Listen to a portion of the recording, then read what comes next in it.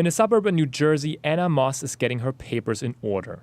After receiving a bachelor's degree in the US, she decided to do her master's in Germany and save a lot of money. Initially, I was kind of thrown off because I saw that there wasn't any tuition for any of the universities, and I thought maybe there's a catch because I'm American and I always think that. Universities are free of charge in Germany, for German citizens and for everyone else. Thousands of Americans have heard the call and have enrolled overseas. So what if I make it an infinite sum? Hunter Bliss made the move last fall, a first because the 19-year-old from South Carolina had never even been outside the US. I had heard things like I'd be able to drink, I'd have health care, I would get education, which was great. My main motivation, of course, was saving money. There's about 30 or so students sitting inside listening intently to this lecture being held in English. And that's important because if the university president has his wish, within 5 years, every graduate program at this university will not just be offered in English, but in English exclusively. How's everything going? Pretty good. In the meantime, Hunter's mother is glad she can finance his education and living expenses without having to take on any loans. Each month it costs about 600 euro to live here. My room, train tickets, school, gym, food, phone, healthcare. Attending universities in Germany. But in the capital Berlin, the top destination for US students, politicians insist that college education should be a right and not a privilege. And experts say there's an economic benefit for Germany too. If 40% of graduates stay in the country for 5 years, Germany recovers its costs. Keeping international students who have studied in the country is the ideal way of immigration because they have certificates which are needed, they don't have a language problem at the end of their stay, and they know the culture. Catherine is one of those already paying back into the system.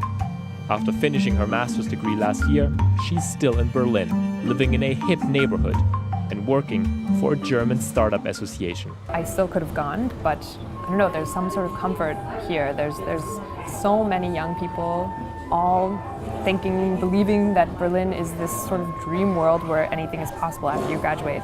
For a country worried about an aging population, not charging young foreign talent could prove to be a smart, long-term strategy. Franz Strasser, BBC News, Germany. Well over $1 trillion. That's how much Americans owe in student loans. And MarketWatch says the outstanding balance is growing about $2,000 every second. With eye-watering tuition fees at home, some American students are looking for better deals elsewhere. Kai Henderson has more from Munich. It is one of Europe's top universities, and yet studying at the Technical University of Munich costs almost nothing. 27-year-old electrical engineering student Andrew Giebfriend isn't even German, but that doesn't matter. His peers in the United States have accumulated $1 trillion in student debts. Giebfriend's fees each year are on a par with his transatlantic flight tickets. One of the big reasons is the cost. So I could get a master's, and I think the tuition was about 500 euros per semester. And in the US, that's a very good deal for a single class per semester. So it made a lot of sense. Food, Giebfriend says, is marginally more expensive, and a subsidised public transport ticket sets him back another 300 euros or so annually. But more and more foreigners still see that as a bargain. Germany's seen a 20% rise in American students over a 3-year period, and universities want more of them. So TUM is in the process of transforming all of its master's courses to English language only, and it's opened an office in San Francisco to clearly get the message across the Atlantic that a top quality education is on offer here at a fraction of the cost. It's not just US students. More than 1,000 Chinese attend TUM now. And 25-year-old Ayodeji Anuklola came from Nigeria to study power engineering. Anuklola dreams of taking his skills home. They're having issues with electricity demand and electricity supply. Through my training, for instance, renewable energies, I could help them to actually build systems that are not really expensive but cost effective, and to be able to be cost competitive as regards their products. Just like the products here, say the university hierarchy, though even they doubt it'll last. There must be a day when the system changes its finances.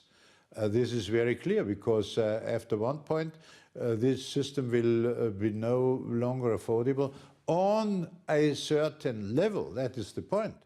Those changes aren't imminent though, and while it might not quite be Oxford or Harvard, it sure is a whole lot cheaper.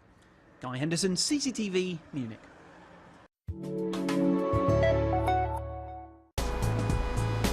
Alberta Boateng has been in Berlin for only a few days. She's 25 years old and comes from Ghana. What she learns in Europe may decide her future. It's cold. First impression, it's cold, but then it's a lovely place. Hi. Alberta dreams of becoming a business executive. She shares that dream with her classmates from 29 countries. This